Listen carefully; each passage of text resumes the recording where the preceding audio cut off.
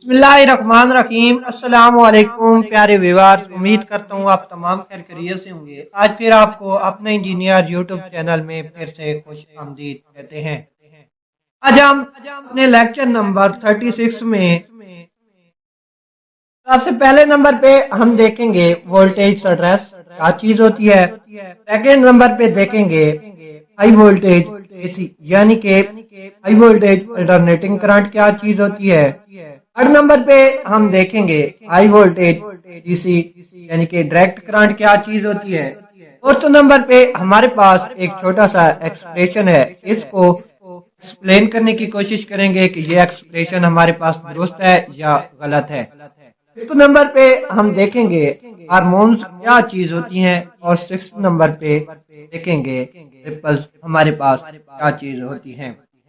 इन तमाम टॉपिक को सीखने के लिए हमारे वीडियो को शुरू से लेकर अंत तक देखें, दरमियान से स्किप ना करें ताकि आपको मुकम्मल समझ आ जाए। अगर आप हमारे YouTube चैनल अपने इंजीनियर पर न्यू हैं तो हमारे YouTube चैनल अपने इंजीनियर को सब्सक्राइब करें, बेल आइकन के निशान को दबाना ना भूलें ताकि तमाम नए आने वाले इंफॉर्मेशन नोटिफिकेशन आप तक पहुंच सके। टाइम ज़ाया किए बगैर अपने मेन टॉपिक की तरफ चलते हैं और आज के लेक्चर को शुरू करते हैं। अगर हम आज के लेक्चर के पहले टॉपिक की बात करें तो हमारे पास है वोल्टेज स्ट्रेस। अब हम देखते हैं कि वोल्टेज स्ट्रेस बेसिकली क्या चीज होती है। Voltage effect by any abnormal condition, वो कहता है कि जब हमारे पास कोई सर्किट होता है, उसमें से करंट गुजर रहा होता है, पास हो रहा होता है, तो अचानक से कोई यानी कि अबनॉर्मल कंडीशन या ऐसी कंडीशन पैदा होती है कि हमारे पास सर्किट में से करंट नहीं गुजरती या उसमें से कोई चीज फ्यूज हो जाती है, फेल हो जाती है, तो हम उसको कहते हैं वोल्टेज स्ट्रेस। बेसिकली ये हमारे पास दो हालतों में हो सकता है, अप या डाउन। जब हमारे पास वोल्टेज यानी कि हमें वोल्टेज चाहिए 220, तो हमारे पास वोल्टेज कम है यानी कि 210 है, तो फिर भी हमारे पास ये वोल्टेज स्ट्रेस सर्किट में पैदा हो जाएगा।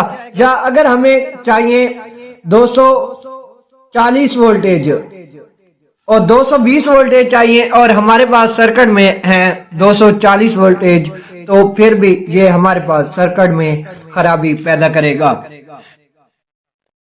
वोल्टेज स्ट्रेस अगर हम उर्दू में इसकी डेफिनेशन देखें तो इसकी सिंपल डेफिनेशन ये होगी, जब किसी सर्किट में से करंट या वोल्टेज गुजरे हो और अचानक उसमें खराबी पैदा हो जाए तो उसको हम वोल्टेज स्ट्रेस कहते हैं। बेसिकली हमारे पास वोल्टेज स्ट्रेस की दो टाइप्स होती हैं। नंबर वन पे हमारे पास होती है एक्सटर्नल वोल्टेज स्ट्रेस और नंबर टू पे होती है इंटरनल वोल्टेज स्ट्रेस। अब हम देखते हैं कि एक्सटर्नल वोल्टेज स्ट्रेस हमारे पास कब पैदा होते हैं। Fault condition is outdoor system, ये जो एक्सटर्नल वोल्टेज होते हैं वोल्टेज स्ट्रेस ये हमेशा आउटडोर सिस्टम में पैदा होते हैं, जो हमारे पास खुले आसमान के नीचे लगे होते हैं। और इसी तरह अगर हम इंटरनल वोल्टेज स्ट्रेस देखें तो ये fault condition is indoor system, यानी कि जो हमारे पास बिल्डिंग वगैरह में जो सिस्टम लगाए जाते हैं इनमें ये फॉल्ट पैदा होते हैं, internal voltage stress.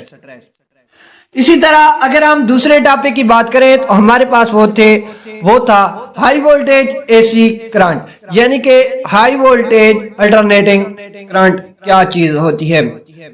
High voltage AC current या अल्टरनेटिंग करंट की डेफिनेशन देखें तो इसमें हमारे पास जो फ्रीक्वेंसी इन्वॉल्व, हमारे पास सबसे पहली बात ये अहम है, हमारे पास जब भी एसी का जिक्र हो तो हमारे पास इसमें फ्रीक्वेंसी इन्वॉल्व होती है।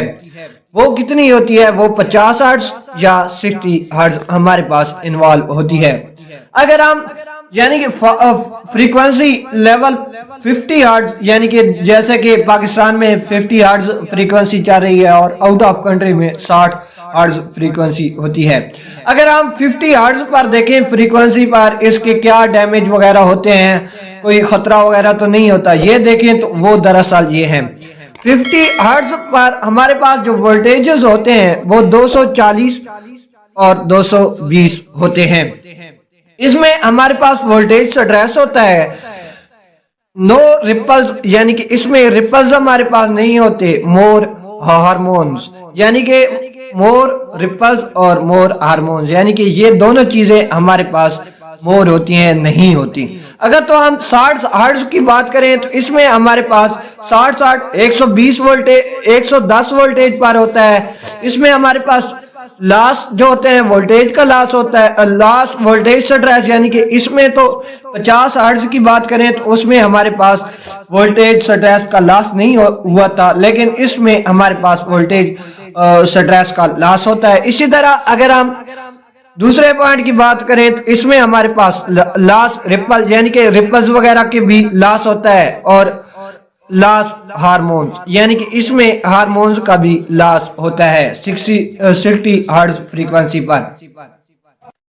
इसी तरह अगर हम थर्ड टॉपिक की बात करें तो वो है हमारे पास हाई वोल्टेज डीसी करंट। इसमें हमारे पास फ्रीक्वेंसी नॉट इन्वॉल्व, यानी कि डीसी सर्किट में, डीसी में हमारे पास हाई वोल्टेज डीसी में जो फ्रीक्वेंसी होती है वो इन्वॉल्व नहीं होती। तो ये 50 हर्ट्ज, ये जो कहानी थी 50 हर्ट्ज और 60 हर्ट्ज वाली, इसमें बिल्कुल नहीं आएगी। तो ये चौथा टॉपिक था, इसी और थर्ड टॉपिक था। इसी तरह अगर हम फोर्थ टॉपिक की बात करें तो वो है हमारे पास एक छोटा सा एक्सप्रेशन। अब हम एक्सप्रेशन देखते हैं कि उसको और सॉल्व करने की कोशिश करते हैं। अगर हम फोर्थ टॉपिक की बात करें तो हमारे पास है expression F equal to 1/2 pi f से। इसको हम एक्सप्लेन करते हैं कि ये एक्सप्रेशन हमारे पास, ये फार्मूला हमारे पास दुरुस्त है या गलत है। अगर तो हम सॉल्व करने की कोशिश करें तो हमारे पास दो चीजें होती हैं, XL यानी कि इंडक्टेंस और XC यानी कि कैपेसिटेंस। हम जानते हैं कि इंडक्टेंस का जो फार्मूला होता है वो 2 पाई FL होता है, और जो कैपेसिटिंग का फार्मूला होता है वो होता है 1/2 पाई FC। अगर हम F को इधर ही रखें और बाकी जो चीज है इधर ज़रब हो रही है उधर जाके तकसीम हो जाएगी, तो अगर हम F इसी तरह F इधर ही रहे तो हमारे पास इक्वल में आएगा 1/2 पाई स्क्वायर, यानी कि ये वाला एक और ये वाला दो स्क्वायर बन जाएंगे, LCF उसी तरह आ जाएगी हमारे पास। अगर तो हम नेक्स्ट स्टेप की बात करें तो वो है हमारे पास F स्क्वायर, यानी कि F हमारे पास इधर ज़रब हो रहा था तो इधर तकसीम हो रहा था तो उधर हमारे पास ज़रब हो जाएगा, तो ये बन जाएगा F square equal to 1/2 pi LC, ये बन जाएगा LC। अगर हम दोनों तरफ जज़र और मुरब्बा लें तो हमारे पास मुरब्बा जज़र से कट जाएगा, ये मुरब्बा जज़र से कट जाएगा, तो हमारे पास जो आंसर बचेगा वो होगा F equal to 1/2 pi FC। तो इसका मतलब है हमारे पास जो पहले वाली इक्वेशन थी ये वाली बिल्कुल दुरुस्त है, क्योंकि हमारे पास आंसर यही आता है। अगर हम सेकंड लास्ट टॉपिक की बात करें, यानी कि आज के लेक्चर में सेकंड लास्ट टॉपिक की बात करें, वो है हमारे पास hormones. A distortion is pre sinusoidal wave is called hormones. अगर हम हार्मोन्स की डेफिनेशन देखें, distortion is pre sinusoidal wave is called hormones. इसका मतलब है कि हमारे पास जब एक वेव आती है तो उसमें अचानक से कोई डिस्टॉर्शन वगैरह पैदा होती है तो उसको हम हार्मोन्स कहते हैं।